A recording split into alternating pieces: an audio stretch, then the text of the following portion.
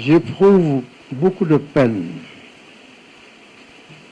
avec la disparition de Madame Colette Senghor. Mes relations avec cette grande dame, aimable et discrète, datent de l'année 1951, lorsque j'étais étudiant à Paris et qu'elle était la secrétaire du député Léopold Sédar Senghor, qui me recevait souvent à son bureau pour les Bourbons. Sur l'amabilité de Madame Senghor, les Sénégalais apprendront par ma voix que tous les jeudis à 17h, Colette, comme nous l'appelions affectueusement, apportait à notre siège, boulevard Saint-Germain à Paris, un goûter que nous partagions avec nos camarades étudiants des autres territoires. Il n'est donc pas étonnant que Madame Senghor soit connue et appréciée au-delà des frontières du Sénégal par les étudiants africains de l'époque, devenus depuis de grands responsables dans leur pays. Senghor était courageux. Alors que les autres responsables africains fuyaient les étudiants, Senghor, averti par les Français sur la sérieuse grogne qui régnait chez les étudiants, demanda à venir nous rendre visite à notre siège. Il vint donc accompagné de Mamadou Dia et il fut reçu non seulement par les Sénégalais, mais par tous les étudiants africains de la FEANF, la Fédération des étudiants d'Afrique noire en France.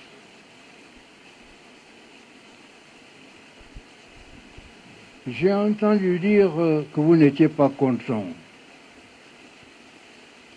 Alors je suis venu prendre la température et vous écouter, annonça-t-il.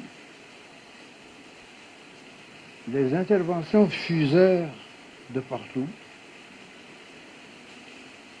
contre les députés africains qui nous représentaient au Palais de Bourbon.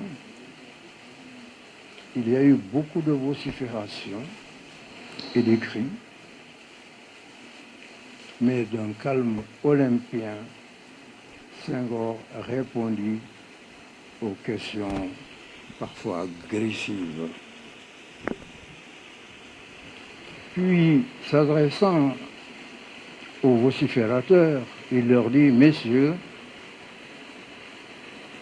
soyez calmes et patients. La patience est la vertu des intellectuels. » Il fit face au brouhaha jusqu'à la fin de la réunion et nous l'accompagnâmes jusqu'à sa voiture sous les applaudissements. On entendait dire vraiment Senghor est courageux, venir affronter les étudiants chez eux, quel courage. Plus tard devenu professeur à l'université de Dakar, je fis la même expérience en allant affronter pendant toute une soirée les étudiants qui avaient invité les professeurs dans un grand amphithéâtre.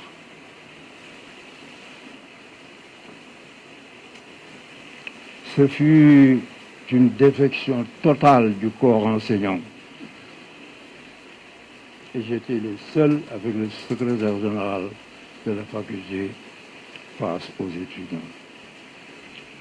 Après une soirée mouvementée, la réunion se termina par des applaudissements et, comme je n'avais pas de voiture, les étudiants chantant et dansant me reconduisirent jusqu'à ma maison. Je reviens sur la France. Lorsqu'un jour, deux camarades et moi, nous décidâmes de sortir de Paris, nous atterrîmes à Besançon, puis 7 ans plus tard à Grenoble. Successivement président des sections de la FEANF de Besançon, je passais par Madame Senghor pour transmettre au président nos motions et résolutions qui n'étaient pourtant pas très tendres. Et le président Senghor vint un jour me rendre visite à Besançon pour délivrer une conférence à l'université. Je n'ai pas vu souvent de président se déplacer pour aller en province rendre visite à un étudiant. Et pourtant, c'est arrivé avec Senghor. Madame Senghor était très délicate. Je me souviens qu'un jour, me trouvant par hasard avec le couple Senghor dans le même avion qui nous a menés à Dakar, j'ai dit à l'hôtesse de l'air que je souhaitais aller en classe première saluer le président Senghor. Informé, il accepta. Quand je suis arrivé, Colette s'est levée pour me céder son siège en me disant très exactement: vous voulez parler à mon mari, asseyez-vous. Elle est allée s'asseoir sur un autre siège. J'ai eu à mon tour la délicatesse d'écourter ma conversation avec Senghor. Et au bout de 5 minutes, je me suis levé pour aller remercier Madame Senghor et l'inviter à reprendre sa place auprès de son mari. Senghor m'invita un jour à Popenguine. J'étais arrivé en fin d'après-midi. Nous parlâmes de choses et d'autres, et bien sûr de littérature. Monsieur le Président, lui dis-je, j'ai remarqué que tous vos poèmes baignent dans une ambiance clair-obscur, jamais sous le plein feu du soleil. Cela signifie-t-il quelque chose chez vous? Il me répondit: cherchez vous-même. Moi, je ne sais pas. Je répondis: la poésie étant un reflet de l'âme, je présume qu'en vérité, vous vivez dans un autre monde qui est de rêve, parallèlement au nôtre. Il sourit et répondit: peut-être. Je repris: Monsieur le Président, mon point de vue est corroboré par l'image dans votre poésie de l'oncle Tokowali écoutant l'inaudible. Président Senghor, existerait-il parallèlement à notre monde un monde qui ne serait audible que pour quelques privilégiés?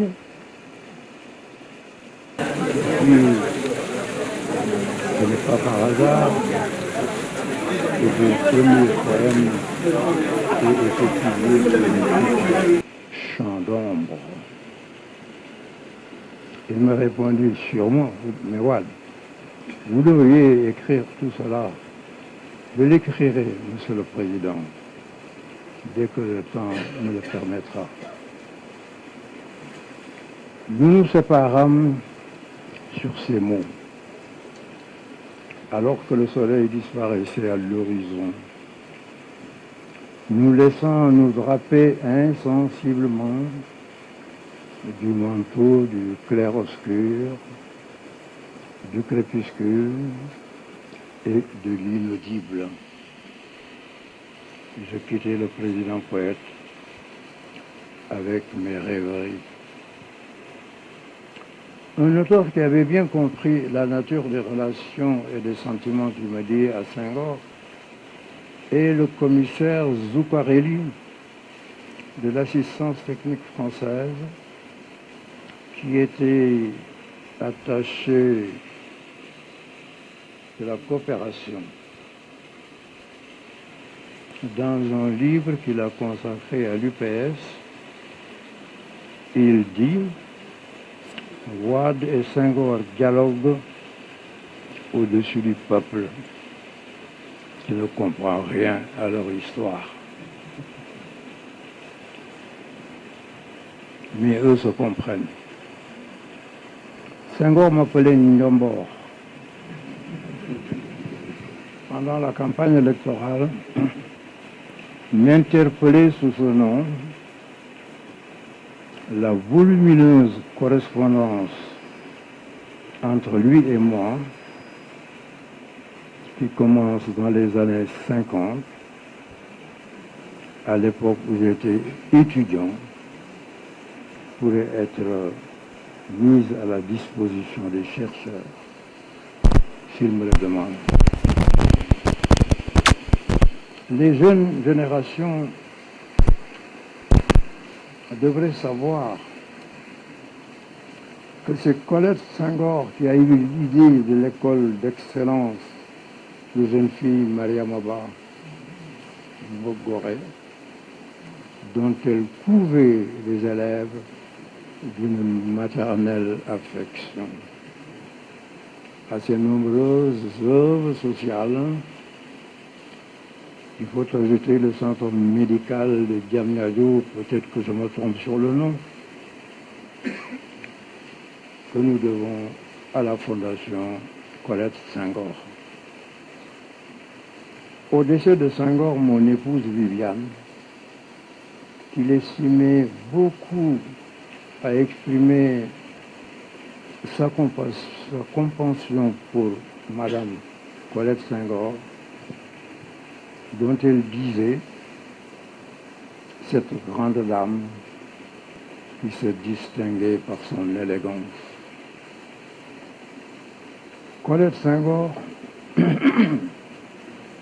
bourgeoise d'origine française, qui aurait pu rejoindre le caveau familial sur la terre de France, avait souhaité à sa mort rejoindre au cimetière de Bel-Air, au Sénégal, son défunt fils Philippe, qu'elle aimait tant, très tôt arraché à son amour par un terrible accident de la circulation. La volonté de Madame Colette Senghor a été respectée. Elle repose désormais à Bel-Air, aux côtés de son mari, Léopold Sédar Senghor, et de son fils, Philippe Maguilène, que la terre sénégalaise qu'elle a choisie lui soit légère.